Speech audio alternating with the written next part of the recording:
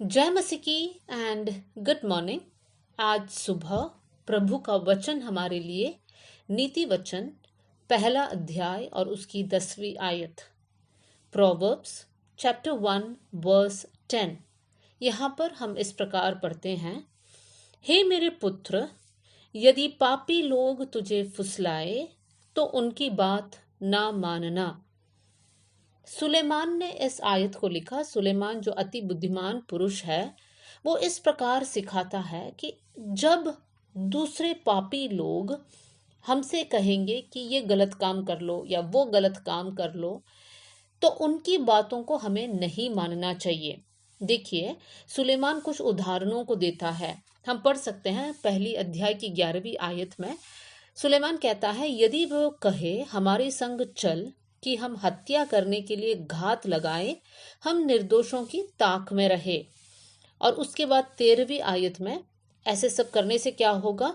हमको सब प्रकार के अनमोल पदार्थ मिलेंगे और हम अपने घरों को लूट से भर लेंगे। देखिए, सुलेमान कहता है कुछ लोग ऐसे हैं जो कहेंगे चलो हम ऐसे ऐसे करेंगे, चलो वो एक निर्दोष इंसान जा रहा है, वो एक भोला इंसान जा रहा है, उसको लूटते हैं और उसकी घात कर लेंगे। तो उससे क्या फायदा है कि हमारे घर में उनके सारे घर की संपत्ति को हम लेकर आ सकते हैं। तब जब ऐसे पापी लोग हमसे कहते हैं, तब हमें उनकी बात नहीं मानना चाहिए। आज हमारे जीवन में भी बहुत से वक्त हमारे पास अलग अलग सलाह लोग देते हैं। हो सकता है हमारे दोस्त हैं, हो सकता है हमारे रिश्तेदार हैं, हमारे जान पहचान के लोग हैं। वो लोग हमसे अलग अलग बात कहेंगे और कभी कभी ऐसी बातें कहेंगे जो सही नहीं है। तब किसी के दबाव में या फिर उनको खुश करने के लिए हमें वो सारी बातें नहीं करना चाहिए। फॉर एग्जाम्पल, वो लोग इस प्रकार कहेंगे, देखिए एक गलत सिग्नेचर डाल दीजिए, किसको पता चलेगा? ऐसे एक साइन मारो यहाँ पर तो आपको 1000 रुपया मिल जाएगा। ऐसी बातें जब बोलते हैं तो हमें समझ में आना है कि ये गलत है और उनकी बातों में हमें नहीं आना है।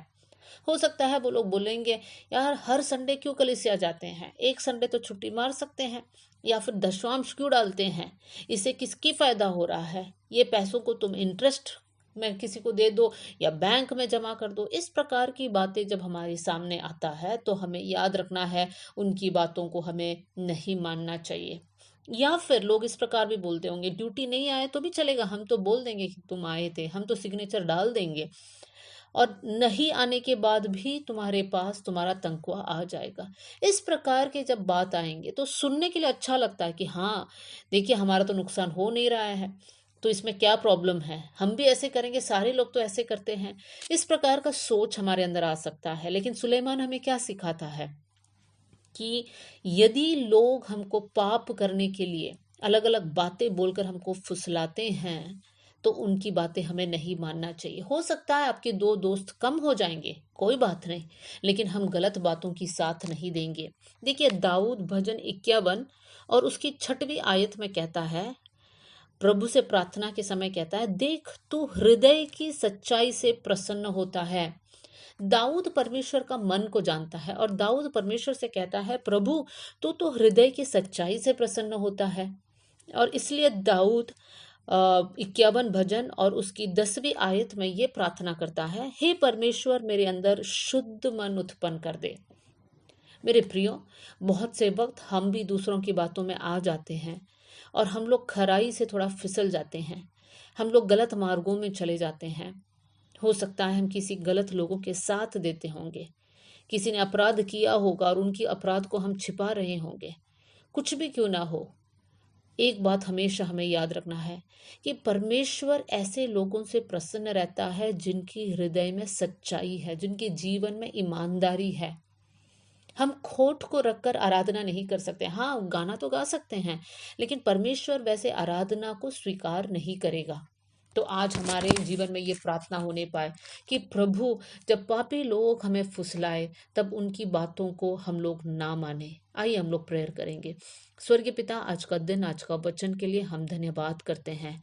प्रभु जी, बहुत से वक्त हमारे सामने अलग अलग तरीके के प्रलोभन आते हैं। प्रभु जी, आप हमें बल देना, ताकत देना, ताकि इन प्रलोभनों में हम ना गिरे, लेकिन हम जयवंत होकर आगे बढ़े। परमेश्वर पिता, अलग अलग लोगों की बातें सुनकर, उनकी बातें मानकर हम पाप में ना गिरे प्रभु जी, लेकिन हम विश्वास की जीवन में स्थिर रहे।